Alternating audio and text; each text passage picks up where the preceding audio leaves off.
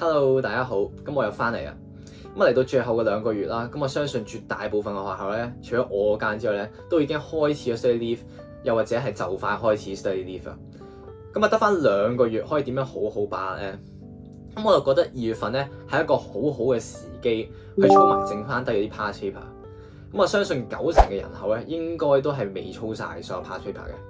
咁啊，剩翻低個1成嘅神人咧，可以利用呢段時間去操下啲出版社嘅 mock 卷啊，又或者去二手買賣平台咧去買嗰啲補習社嘅 mock 卷都得。咁我建議一日咧就最多係操2份卷啦。咁點解咧？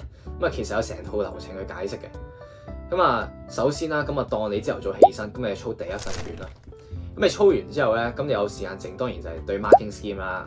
咁如果理科嘅卷咧，咁你自己識對啦。咁但係如果文科嘅卷你唔係好 sure 點樣去俾分或者點樣去 mark 嘅話咧，咁你係可以去即係 send 你份卷俾啲老師咧去徵求佢哋嘅意見嘅。咁啊做晒啲嘢之後啦，食完晏啦，咁啊開始晏晝噶啦噃。咁晏晝嘅上半部分咧，好多人咧就一開始咧就去操第2份卷啦。which is 我就好唔建議嘅，因為我之前講過操卷有4部曲噶嘛。咁所以咧，我係會建議大家咧去好好利用考評局啲資源啊，包括係嗰個 candidate performance 啦，大家可以用嚟咧去對比自己嘅表現啦，同埋其他一般考生嘅表現。咁除此之外啦，都可以睇下考評局嘅 PowerPoint 啦，去睇下究竟考評局接唔接受某啲 specific 嘅 answer。咁同埋咧，自己咧有啲錯嘅題目咧，其實你可能咧就算睇完 marking scheme， 你都唔明點解自己錯噶嘛。咁啊放心啊，其實而家咧網上咧有好多嗰啲免費嘅資源啦，所謂嘅解卷片啦，都會去解釋點樣去 derive 嗰啲答案出嚟。咁啊最出名當然有 Herman Yang 啦。咁除咗佢之外咧，其實都有好多其他熱心嘅 YouTuber 嘅。咁我都有啲 YouTuber 咧，我係成日睇啊，咁我都可以喺呢一度去建議俾大家。咁同埋啦，嗰啲錯嘅題目咧，其實都可以擺落去啲錯題簿嗰度嘅。which is 我係冇錯題簿啦，咁所以我就擺翻落我自己嗰啲筆記啦，咁都得嘅。咁啊方便日後咧可以用嚟去做 reference 啦。咁所以大家見到啦，其實咧你 check 卷嘅時間咧，同埋你 analyze 自己嘅表現嘅時間咧，其實係遠超於你去做嗰份卷嘅時間嘅，閒閒地咧都消磨咗你半日嘅時間噶啦。咁啊，你晏晝上半部分做晒呢啲嘢之後咧，咁你下半部分有時間剩，咁你就可以開始操第2份嘅 past paper。咁你操咗成個晏晝之後咧，咁你食完個夜晚黑啦嘅飯啦，跟住你就可以去做翻啱啱所謂嘅 analyze 嗰啲功夫啦。成個夜晚黑你都照做啲咁嘅嘢就得噶啦。咁所以咧，你就用咗成日咧去操2份卷啦。咁所以如果你可以操到3份卷咧，咁一係你就勁高效率啦，一係咧就你可能冇好好利用嗰啲卷啦。咁所以我就唔係好建議呢樣嘢嘅。咁同埋 by the way 咧，我係建議大家係 study leave 咧就最遲9點鐘就醒啦。咁啊 ideally 8點鐘添啊。咁點解咧？因為你考試嗰日你要6點鐘醒噶嘛，你要考8半嗰一場啊嘛。咁所以如果你每日都2點鐘醒嘅，咁你考試嗰日可以早7個鐘醒咧，咁其實係 mission impossible 嚟嘅。咁所以就最好早啲醒啦。咁你考試前1個禮拜咧，你每日咧都可以提早半個鐘頭起身，慢慢去適應嘅。咁同埋咧2月份咧，咁啊大家都最好去作啲文啦。咁啊每個星期咧最好咧就中英文咧各自作1篇，係啦。咁所以咧你2月份咧就最少啊總共啊作4篇嘅中文作文同埋4篇嘅英文作文咧，咁你自己咧可以交俾老師去改嘅，即係 email 俾老師啊。咁到咗3月啦，咁2月份操晒所有 past paper 啦，咁3月可以做咩咧？咁當然如果你未操晒 past paper，操 past paper 係 priority 嚟嘅，咁3月繼續啦。咁如果你操晒啦，咁你3月咧你就可以開始咧去溫書啊。That's right， 溫書。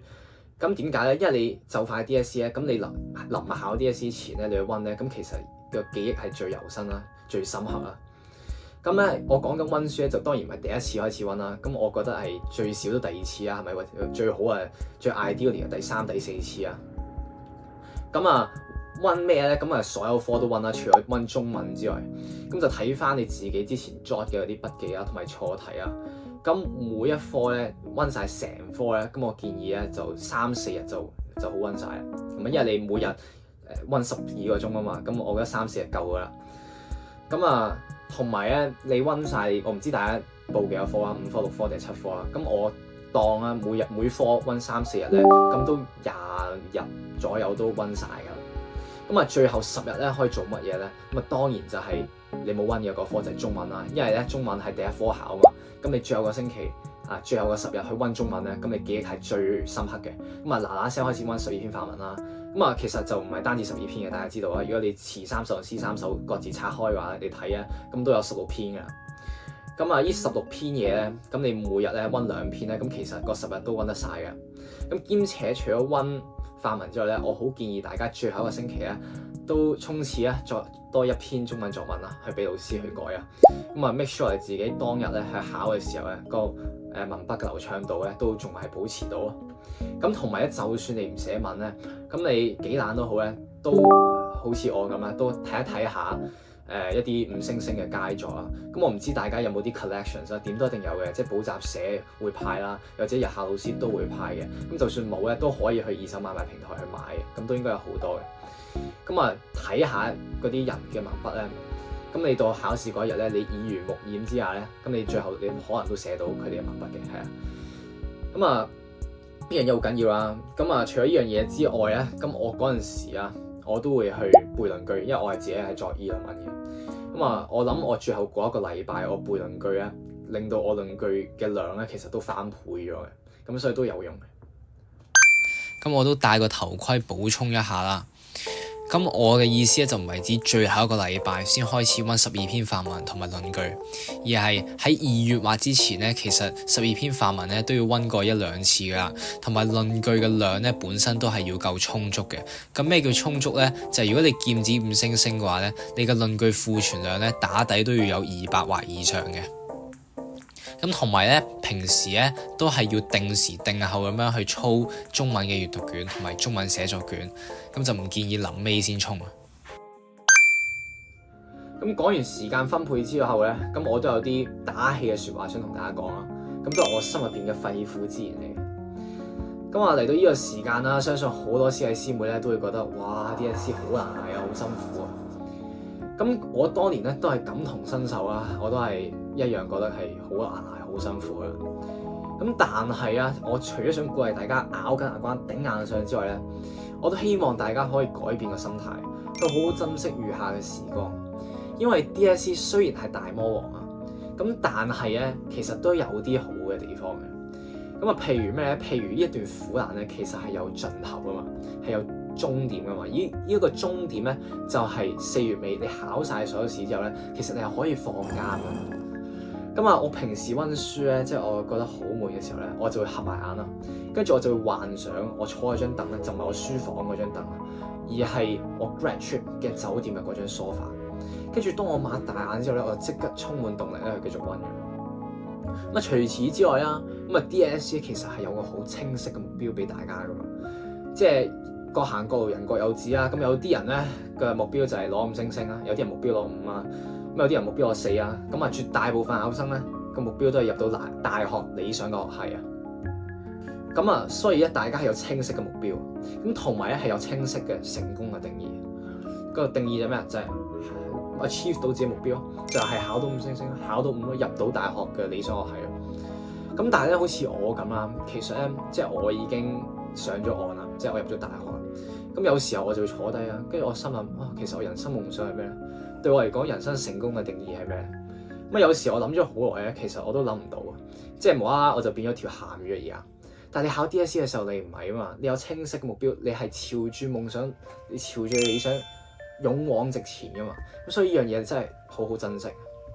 同埋咧，成日都話咩天道酬勤啦。咁其實咧，我覺得 DSE 比天道咧更加酬勤嘅，因為咧 DSE 你只要肯鑽研 marking scheme 啊，你肯去操卷啊，你肯去溫書咧，其實大家一定會見到你努力嘅，一定係會有進步。勤力咧喺 DSE 嘅世界入邊咧，一定會有成果。